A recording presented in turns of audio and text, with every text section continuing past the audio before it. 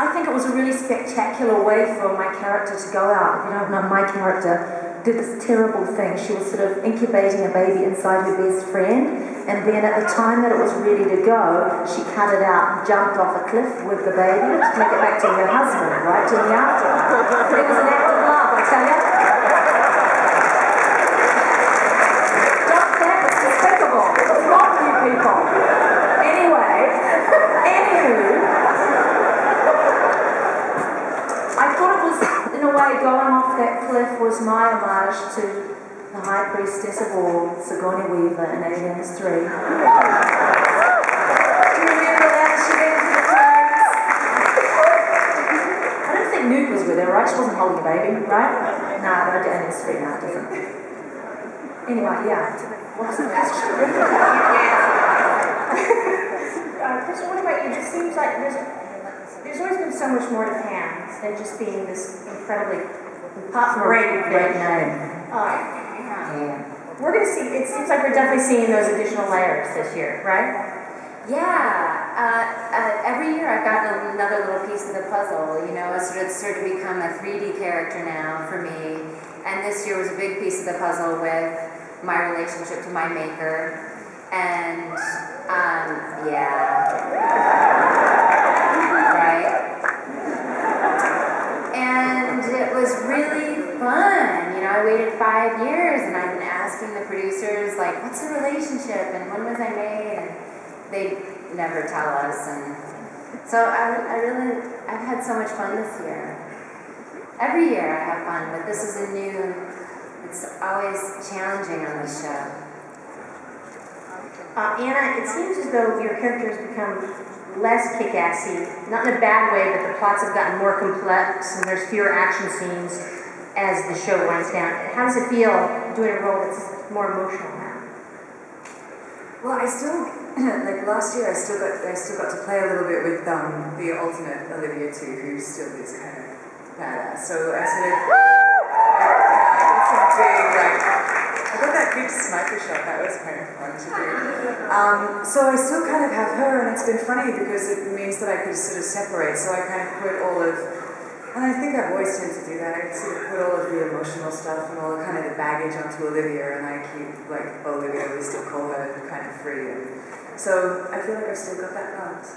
But I think this year, with the absence of the alternate universe now, I'm interested to see where, I know this is... I love these conversations. This one, so great. I love your character. I do. What am I saying? Alternate universe. Absolutely. So yes, I think that Olivia will then be, I think I'll be able to put a little bit more into her and sort of not be so concerned about keeping them separate.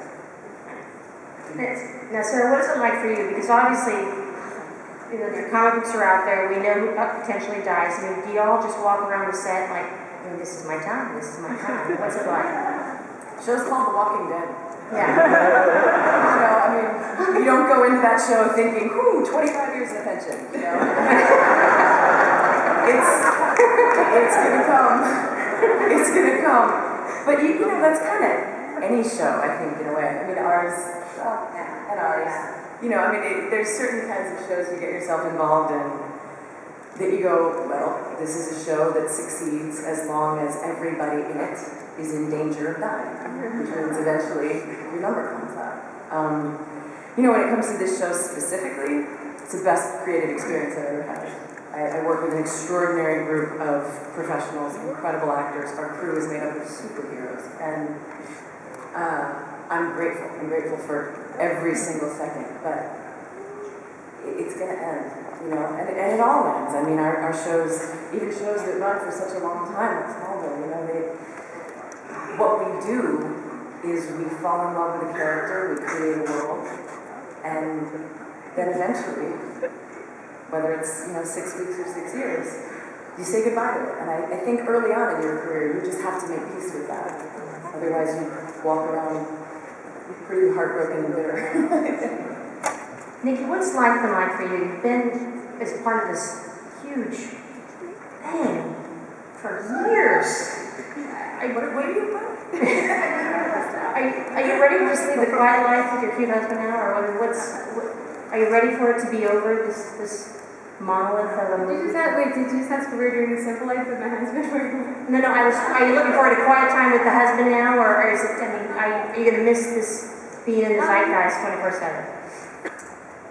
I don't know the answer to that yet, just because it's hard to reflect on something that I still feel so close to. You know, it's not done, and for so long I think we've all just been putting it off. You know, for the last 2 years, people have been saying it's coming to an end, it's coming to an end, and it's not coming to an end, and now it is coming to an end because that panel that we just did yesterday was the last time we're all going to sit together at Comic-Con on a panel, and things like moments like that where you start to realize like there are lasts involved, the last premiere.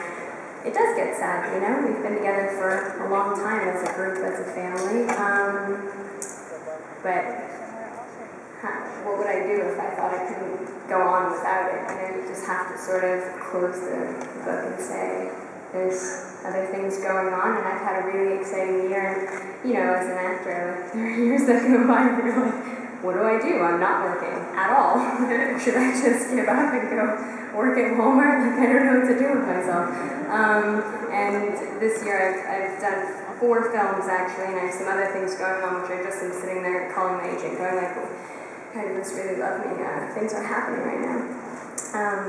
But I am married, and I'm crossing my fingers that life goes